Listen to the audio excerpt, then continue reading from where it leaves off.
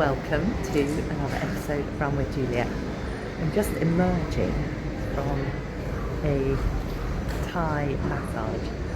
It's Tuesday, we're just going back today to London, and I had a proper Thai massage. I think it's done wonders for my body. I look a bit like I've had a massage. And the Thai massage, if any of you had a Thai massage, they're quite deep and they are quite hurty. But I wonder whether runners, athletes, whether we don't perceive pain as pain or we quite enjoy it. What do you think? Because she said to me it's going to be very hard, and I went, no, I'm ready, it's okay, I'm good for that. And it was very hard, and it was very deep. I have had Thai massage before in Thailand, and we didn't speak each other's language, so I wasn't able to really tell her anything about my body or anything, so I just trusted her intuition of her hands, and it was amazing, and very deep, very stretchy. And then she showed me 3 exercises I definitely need to do. Well, one of them I'm doing, fortunately. Not too many exercises to add. One of them is the pigeon stretch.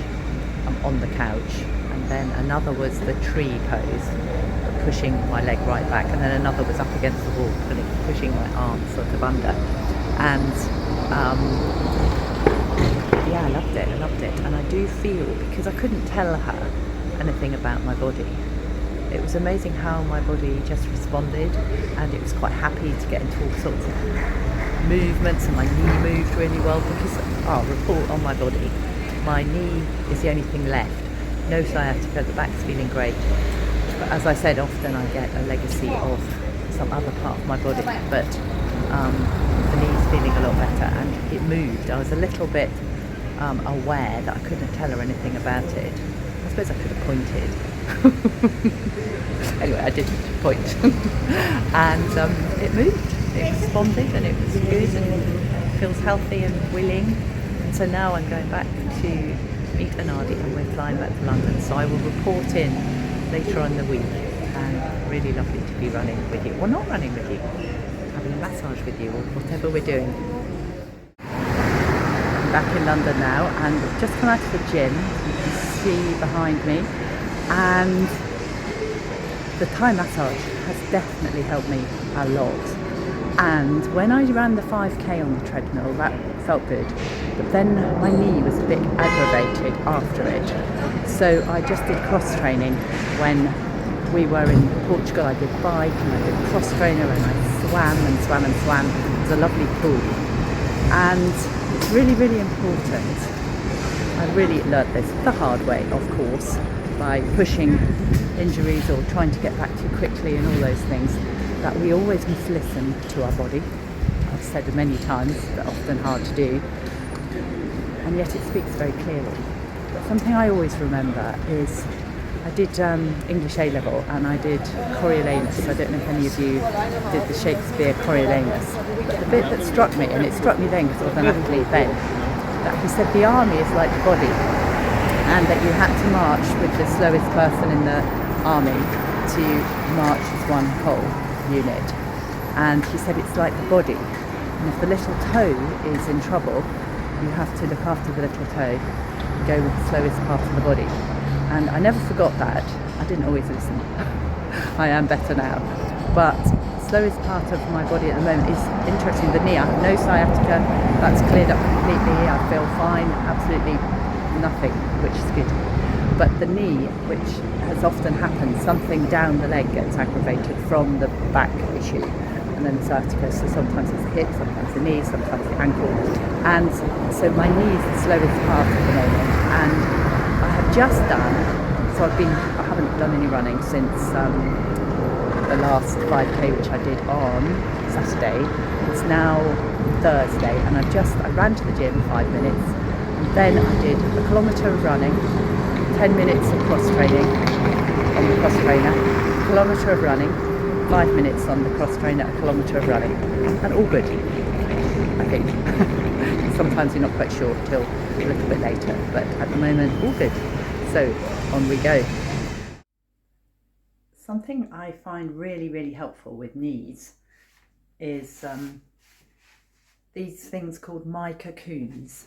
This is what they come in, but you put them in the freezer and they're lovely and cold, and then you put them on your knees. So there they are, my cocoons. I put them on both knees just to keep so that the other knee doesn't feel left out. Then I've got a slope board.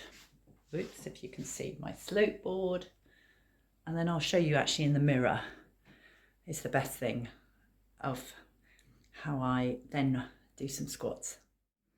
So in the absence of an RD, I have my mirror. So I just squat down, then you come up and down again, and then up, and then clench the buttocks. I'm afraid my mirror's got a thing in the middle of it, but so down, up to there, down, and up, down. I can hear my knees, can you hear them? So the ongoing journey of the leg, which started as sciatica, which is gone, as I say, the thing with this body, for any of you who haven't watched any of my videos before, I've got an amazing body that is very willing, but that has a twist in the pelvis from 2 accidents. One when I was 8, I was kicked by a horse, and then when I was 17, I wrote my car off. 18, just 18.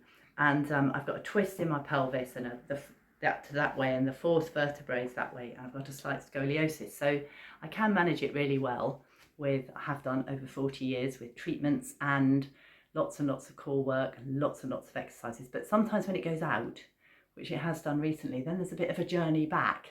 And I had a lot of sciatica, which is uncomfortable. Any of you who's had sciatica know the bitiness of it and the limitations it gives you. But then what happens is it's often this left knee, and 13 years ago it was dramatic, and my left knee did this gunshot sound because the hamstring tightened so much and then pulled the tendon across the knee.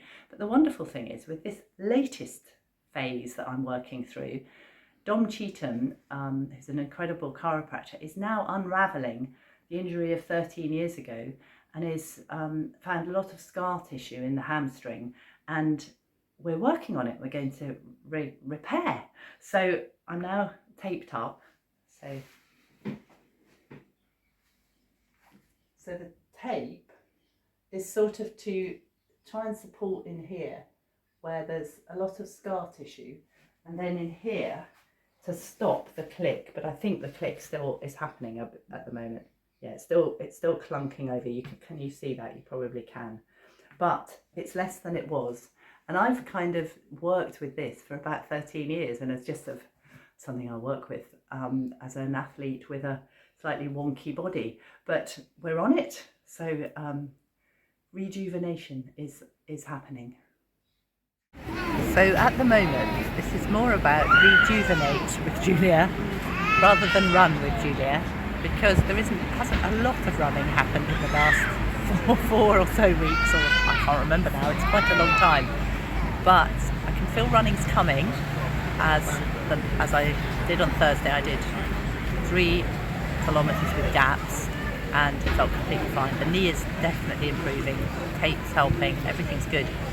However, I have woken up today, or actually it's happened yesterday afternoon, with a bit of a lurgy again. But we've come for a walk, Nadia and I, to the Duke of York Square, and we had a lovely coffee. And as always, I always think that things are processes. I never feel we should fight. I do feel we need to take actions and keep stepping forward and keep doing things to support and help ourselves, but never fight the process or feel sorry for ourselves about it, because ultimately this is life. We're alive, I'm living. It's just a different experience. And I said to Nadia, I rather like this not running. This going for a 400-metre walk to the Duke of York Square and having a coffee. So it's being where we are and appreciating being alive. And I know I'll be running, and I know that running will happen, and I know that I'll be in a race and the whole thing will keep going. I've learned a long time ago there's always another race. So as always, thank you for at the moment not running with Julia.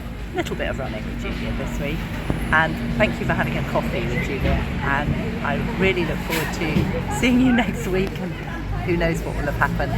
And if you've loved the video, as always, please put your thumbs up, and thank you for subscribing, and please do if you haven't, and I promise you there will be a run with Julia recurring soon.